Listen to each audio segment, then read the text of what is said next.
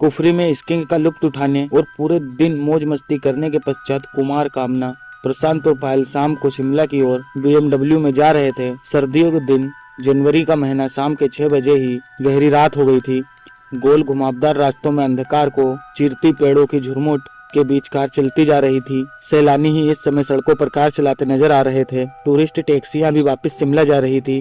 कुफरी की ओर इक्का दुक्का कारें ही जा रही थी। बातों के बीच चारों शिमला की ओर बढ़ रहे थे। लगभग आधा सफर कट गया था। कार स्टीरियो की तेज आवाज में हंसी ठिठोली करते हुए सफर का आनंद उठाते हुए समय का पता नहीं चल रहा था। झटके मारते हुए कार क्यों चला रहे हो? प्रशांत ने झटकती हुई कार में झूलते हुए कुमार से पूछा। प्रशांत भाई, मैं तो कार ठीक चला रहा हूँ, मालूम नहीं यह अचानक से झटके क्यों खा रही है। कुमार ने झटके खाते हुए कार को संभालते हुए कहा। कार को थोड़ा साइड करके देख लेते हैं, हो सकता है कि डीजल में कचरा आ गया हो। थोड़ी रेस देकर देखता हूँ। कुमार ने क्लच दबाते हुए कार का एक्सीलेटर दबाया, लेकिन कोई खास कामयाबी नहीं मिली। कार झटके खाते हुए रुक गई। अब क्या करें? चारों ने एक साथ बोला। सभी सोचने लगे कि काली रात के साये में कुछ भी नजर नहीं आ रहा था। सोने पे सुहागा तो धुंध ने कर दिया था। धीरे धीरे धुंध बढ़ रही थी, ठंडक भी धीमे धीमे बढ़ रही थी। कार सड़क की एक साइड पर खड़ी थी। इक्का दुक्का कार टैक्सी आ जा रही थी। प्रशांत, बाहर निकलकर मदद मांगनी पड़ेगी। कार में बैठे रहने से कुछ नहीं होगा। कार तो हम चारों को चलाना आता है, लेकिन कार के मैकेनिक गिरी में हम चारों फेल है। शायद कोई कार या टैक्सी से कोई मदद मिल जाए, कहकर कुमार कार से बाहर निकला। एक ठंडे हवा के तेज झोंके ने स्वागत किया। प्रशांत भी कार से बाहर निकला। पायल और कामना कार के अंदर बैठे रहे। ठंड बहुत अधिक थी। कुमार और प्रशांत की झुरझुरी निकल रही थी। दोनों की हालत दयनीय होने लगी। थोड़ी देर खड़े रहे तो हमारी कुल्फी बन जाएगी, कुमार ने प्रशांत से कहा।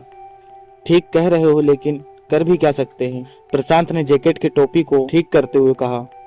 लिफ्ट मांग कर शिमला चलते हैं, कार को यहीं छोड़ते हैं, सुबह शिमला से मैकेनिक ले आएंगे, कुमार ने सलाह दी। ठीक कहते हो।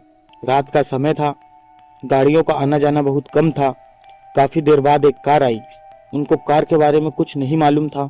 वैसे भी कार में 5 सवारियां थी, कोई मदद नहीं मिली। 2-3 कारें और आई, लेकिन सभी में पूरी सवारियां थी, कोई लिफ्ट न दे सका। एक टैक्सी रुकी। ड्राइवर ने कहा, जनाब, मारुति होंडा टोयोटा की कार होती तो देख लेता, यह तो BMW है, मेरे बस की बात नहीं है। एक काम कर सकते हो, टैक्सी में एक सीट खाली है। पति पत्नी कुफरी से लौटकर शिमला जा रहे हैं। उनसे पूछा तो एक बैठकर शिमला तक पहुंच जाओगे, वहां से मैकेनिक लेकर ठीक करवा सकते हो।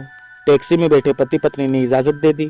कुमार टैक्सी में बैठकर शिमला की ओर रवाना हुआ। प्रशांत कार में बैठ गया। प्रशांत, पायल और कामना बातें करते हुए समय व्यतीत कर रहे थे। धुंध बढ़ती जा रही थी। थोड़ी देर बाद प्रशांत पेशाब करने के लिए कार से उतरा। कामना, पायल कार में बैठे बोर हो गई थी। मौसम का लुत्फ उठाने के लिए दोनों बाहर कार से उतरी। कपकपाने वाली ठंड थी। कार में बैठो, बहुत ठंड है, कुल्फी जम जाएगी, प्रशांत ने दोनों से कहा। भूतिया माहौल है, कार में बैठते हैं, प्रशांत ने कहा। प्रशांत की बात सुनकर पायल खिलखिला कर हंस दी। भूतिया माहौल नहीं, मुझे तो फिल्मी माहौल लग रहा है। किसी भी फिल्म की शूटिंग के लिए परफेक्ट लोकेशन है। तीनों अपनी बातों में मस्त थे। उनको मालूम ही नहीं पड़ा कि कोई उनके पास आया है। एक आदमी जिसने केवल टी शर्ट पैंट पहनी हुई थी प्रशांत के पास आकर बोला, आपके पास क्या माचिस है? इतना सुनकर तीनों चौंक गए। जहां तीनों ठंड में कांप रहे थे, वही वह आदमी केवल टी शर्ट और पैंट पहने खड़ा था। कोई ठंड नहीं लग रही थी उसे। प्रशांत ने उसे ऊपर से नीचे तक गौर से देखकर कहा, आपको ठंड नहीं लग रही क्या? उसने प्रशांत के इस प्रश्न का कोई उत्तर नहीं दिया, बल्कि बात करने लगा। आप भूतिया माहौल की अभी बातें कर रहे थे। क्या आप भूतों में विश्वास करते हैं? क्या आपने कभी भूत देखा है? नहीं, दिल्ली में रहते हैं, न तो कभी देखा है और न कभी विश्वास किया है भूतों पर, प्रशांत ने कहकर पूछा। क्या आप विश्वास करते हैं? हम पहाड़ी आदमी हैं, हम पहाड़ी भूतों को मानते हैं, उनका अस्तित्व होता है। उस आदमी की भूतों की बातें सुनकर कामना और पायल से रहा नहीं गया। उनकी उत्सुकता बढ़ गई। भाई, कुछ बताओ भूतों के बारे में, फिल्मी माहौल हो रखा है, कुछ बात बताओ। उस आदमी ने कहा, देखिए, हम तो मानते हैं, आप जैसा कह रहे हैं कि शहरों में भूत नजर नहीं आते, हो सकता है नजर नहीं आते होंगे, मगर पहाड़ों में तो अक्सर दिखते रहते हैं। होते कौन है भूत, कैसे बनते हैं? पायल ने पूछा। यहाँ पहाड़ों के लोगों का मानना है कि जो अकाल मौत या किसी दुर्घटना में मौत के शिकार होते हैं या फिर जिनका कत्ल कर दिया जाता है, वे भूत बनते हैं। हाँ, क्या वे किसी को नुकसान पहुंचाते हैं, मारपीट करते हैं?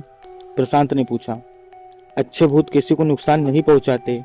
अच्छा, मैं चलता हूँ, सिगरेट मेरे पास है, आपके पास माचिस है तो दीजिए, सिगरेट सुलगा लेता हूँ। उस आदमी ने कहा। प्रशांत ने लाइटर निकाल कर जलाया। उस आदमी ने सिगरेट सुलगाई। लाइटर की रोशनी में सिर्फ सिगरेट नजर आई। वह आदमी गायब हो गया। लाइटर बंद होते ही वह शख्स नजर आया। तीनों, प्रशांत, पायल और कामना का शरीर अकड़ गया और बेसुध होकर एक दूसरे पर गिर पड़े। वह आदमी कुछ दूरी पर खड़ा सिगरेट पी रहा था।